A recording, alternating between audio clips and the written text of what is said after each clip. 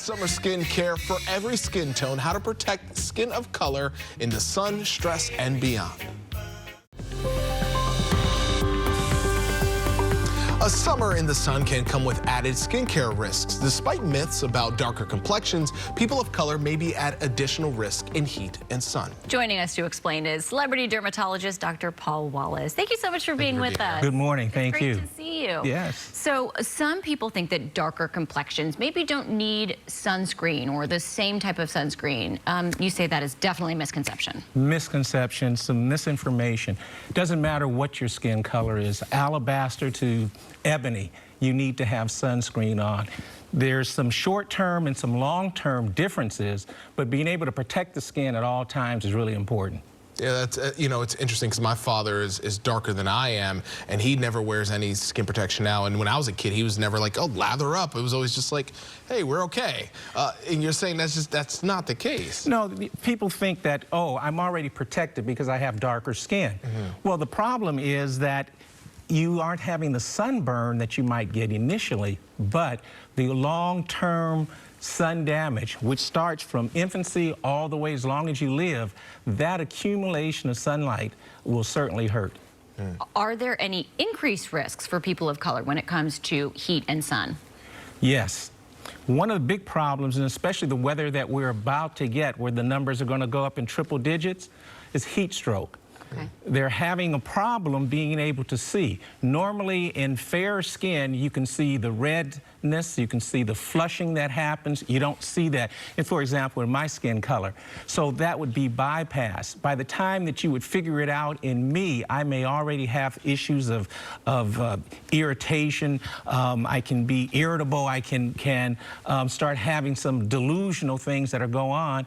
And if I'm at the beach or somewhere and may have one of the alcoholic beverages, they don't recognize it's heat stroke. They may think that it's the alcohol that's there.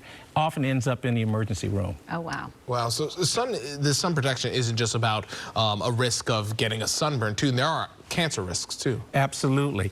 The problem with regards to the sun, as I mentioned, it's what's happening from birth all the way to whatever age you are. That accumulation of sunlight will do damage.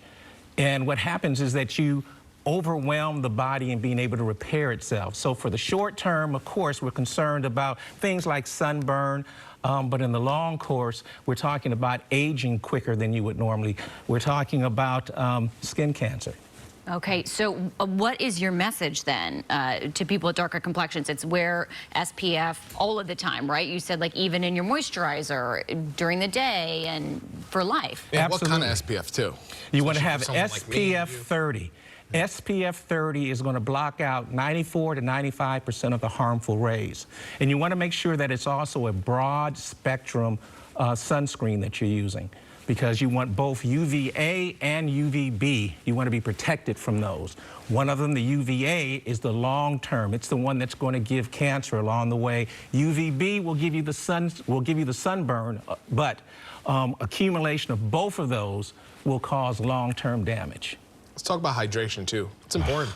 Hydration is important. The key, 50% of your body weight in ounces of water per day.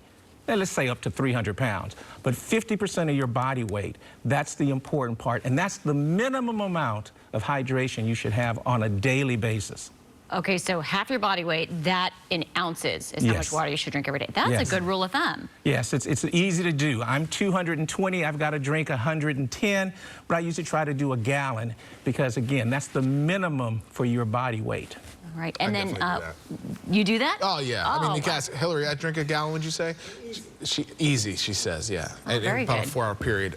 Yeah, sorry about that. I was just thinking about it because I was like, do I drink that much? We weigh about the same, and I think I do. Okay, so once you are hydrated, you have your sunscreen, what should people know about staying safe this summer? One of the things, not only use your sunscreen and hydrate, it's important that you also hats, umbrellas, and there's clothing that you should have. And I know that it's always it's too hot, but to be able to put long sleeves on and stay in the shade is there. Even though in the shade you're still having sun exposure, you're minimizing how much you're getting. We can't be, especially in direct sunlight, for too long. Again, an accumulation, not just what happens right then and there.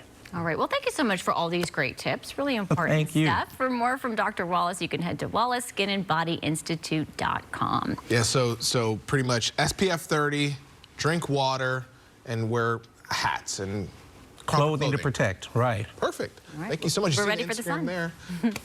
All right. Thanks so much.